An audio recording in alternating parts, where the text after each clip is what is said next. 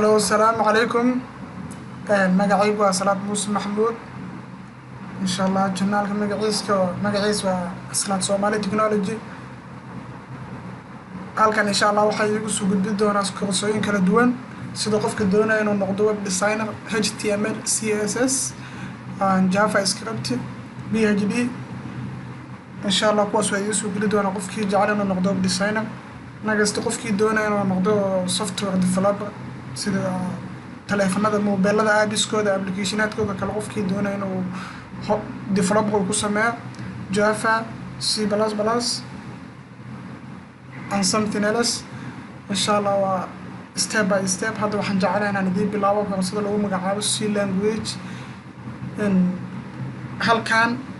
wax ugu badan aan soo geli doonaa training, wax concept iyo wax theory soo ma gelinayna. wax theory hadaan soo gelina waa wax dhif wax barxabade. haddii aad u baahan tihiin buugaag ayaa iibsanaysaan insha Allah. laakiin halkan waxaan jeclahay inaan wax oo practical ah halkan idigu sameeyo training. insha Allah hadda waxaan jeclahay casharka koobaad C language inaan idin bilaabo la socdo. waxaan ku shaqaynaynaa compiler-ka ama IDE-ga ku shaqaynayno ilaa hadda aniga waxa ahaa kan magaciisa lagu magacaabo DV C++. nagasti waxaan kaloo hayaa kan code blog asigana waa fiican yahay. code bloggaas u ahaa. waxaan kaloo ahaa koo kaloo turbo C++, balse aniga hadda waxaan ugu fudud ku shaqaynaynaa kan code blog C language C++. labadaba waa loogu talagalay, labadaba ku shaqeeyaa. aad u fiican waa sida loo soo dejiyo dhawan loo soo dhahay insha Allah. anaga sitaamka idin soo gelinaa. haddii aad taqaaniin oo haysatiin oo kaba fiican casharkeena bilaabanayna kana ku shaqaynaynaa code blog kaliya ku siinaa intuu ku soo kacayso.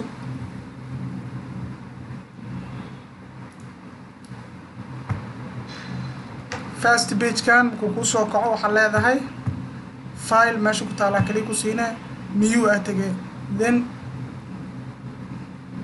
new atage nagast waxa leedahay file kaliya ku siinaa new atage. so project ku dhufanay isna intaas hadii kugu adagto waxa ka fudud meeshaan aad tagay create new project. halkaas oo jeedi file-kaas ku dhufanay create new project kaliya ku siinay. aabiskan waxa ka dooranay console application kan anaga noqosay console application kaliya ku siinay. then go aan leedahay go iyo waxa ku soo baxay C and C++. hadda calaamad waxa noo saaray C maadaama C aan ku shaqaynayno C++ hadda kuma shaqaynayno. next aan leedahay file-ka project-iga title-ka project-iga u sameeyay lagu dhahay title. waxa title ku sameysnayna waxa waa C program. waxaan ka dhigay C program la soo gaabshay. then next aan leedahay finish aan leedahay ka bacdi waa kana uu noo soo baxay kusoo noogu soo baxo. waxaan leedahay halkaas ay ku taalo source calaamadaas balaaska kaliya ku siinaa. then wax ku soo baxa main.c. halkaas programka waa programka koobaad oo loogu talagalay in lagu shaqeeyo C language. kanagas hadda aniga waxaan sameynaynaa dileeda iska dhigayna mid cusub aan sameysanaynaa. waxaan sameynaynaa waxa leedahay shiftiga qabanay calaamada hashka taabanay. then waxa leedahay include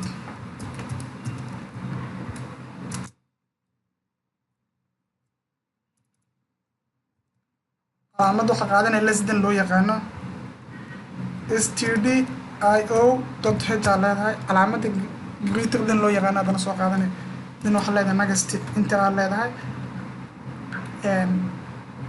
sameynaa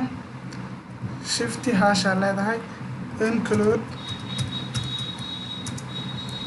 space oo sameey kartaa meeshaan space ka sameynaya mase yani space laan same. haddii space waxa ugu sameynaa inaad ku walaaxina camal wuxuu inay isgelin inay yani kala sikadaan saasaan jeclahay.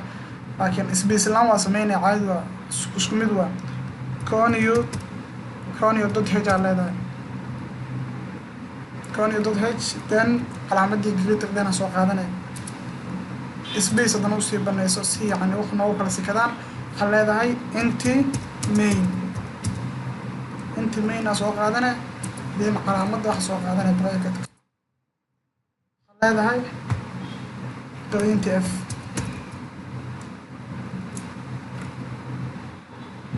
labadaas bila fogaysa in waxa leedahay quotation mag labada xabaa qaadane hello world leedahay then dot statementiga waa inuu semicolon u dambeeyaa statement kasta semicolon waa inuu u dambeeyaa intaana ka ahayn loopka iyo wixii la mid ah statement kasta waa inuu semicolon u dambeeysaa then waxa leedahay return one ama se return zero midka jeceshahay macnaha uu leeyahay maxaa waxaan isticmaalay meeshan integer maadaama isticmaasho waa inuu soo laabtaan integer value waa inuu soo laabtaa saas uu socdo haddii aad basic tahay dhib ma lahan gadaal ka fahmi doontaa waxyaabahaas intaana programka aan yani execute aan ku sameyn waxay tusaa macnaha loola jeedo yani stdio include main waxyaaba macnaha loola jeedo printf macnaha loola jeedo ay tusaa insha allah leedahay basic questions that you need to understand su'aalaha yani u baahan tahay yani inaad fahanto basic marka qof basic taan bigino leedahay hash include maxaa loola jeedaa hash include tell the processor directive the content of another file macnaheedu waxa maadaama stdio aan isticmaalno waa inay yani wixii noo tahay processor sida loo yaqaano gadaal ka fahmi doontaa iyadana laakiin hadda waxa noqosay maanta waxa kamid ah stdio iyo waxa noqosay printf iyo scanf kaas hada muhiimadeena ay tahay maadaama basicna waa inaan intaas kala fahanaa stdio maxaa loola jeedaa std waxa loola jeedaa standard io na waxa loola jeedaa input and output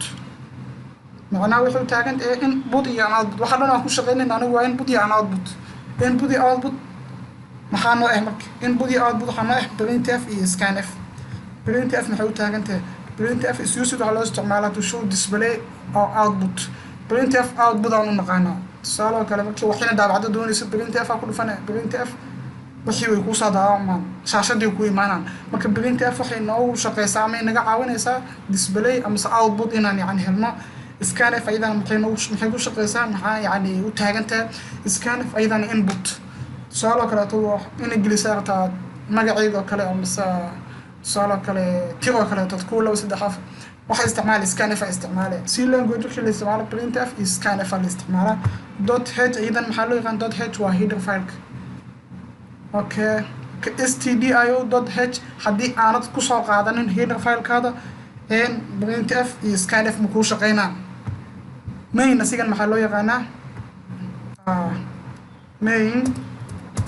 main waxa leedahay waa halku programka uu ka bilowdo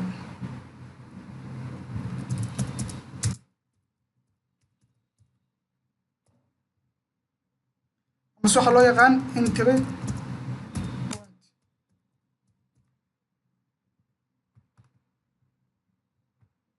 yaqaana mainka wax waa inaan leedahay programkeena dhan meesha uu ka bilaabana started the program meesha uu ka bilaabana haddii kale waxa loo yaqaanaa amase entry point loo yaqaanaa wixii concept oo yani theory waa kuwaasa hadda qaybtiina practicalkan aadayna insha allah ila socdo kana aad programka saan u dhigato waxa leedahay include stdio xalay stdio maxay ku shaqeynaysay soo xasuuso standard input and output hadda maxaa haysanaa output aan haysanaa printf input ma haysano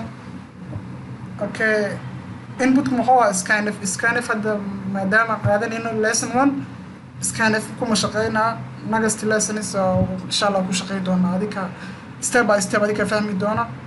tan waa idin sheegay maadaama integer ama meeshaan integer maadaama isticmaalay tan value waa inuu yani soo laabtaa integer waa inuu soo laabtaa isku walaaqin insha Allah gadaal ka fahmaysa maadaama basic taada muhiimada xalahaas fahan okay programka ka saan dhameeyo waxa leedahay combine kan build uu yaqaan combine ka build meesha ku taala kaliya ku siinay combine ku sameysay deen waxa leedahay akaas hello world noo soo dhaxday waxa leedahay include conio.h maxay ku shaqeysaa conio aydan waxa leedahay console input and output aydan waxa ku shaqeysaa laba kale loo yaqaano clean screen iyo waxa kaloo loo yaqaanaa gauge taas hadda ma u baahnin dhib ma lahan nagasitaanka insha allah waa fahmi doontaan laakiin hadda muhiimadeena waa kana casharkeena koowaad ku saabsan printf sida loo daabaco soo kale printf-keena si habee u baahanahay meeshaan oo kale waxaan ka leeyahay shift percentage calaamadda percentage-ka d yaa soo qaadanaya maxaa d u qaadanaa waxaan leedahay integer waa then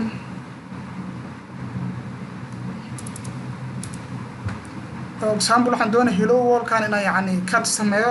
ilaa yacni 10 inaan ka dhigo hello world ilaa 10 aan ka dhigo waxaa isticmaalaya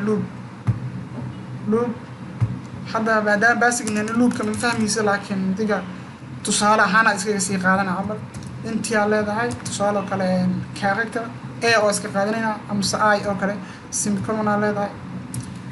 loop waxaan ku shaqeynaynaa waxaan qaadanaynaa maxaa hadda noogu fudud for loop iska qaadanaynaa for leedahay intii I oo soo qaadana I la iska qaadanaynaa I equal to haddii kula mid tahay 0 semicolon then I is less than or equal 10 صح I is less than 10 صح way ka yartaa sababtoo I waxaan haysanaa 0 10 iyo I less than then semicolon leedahay I plus loop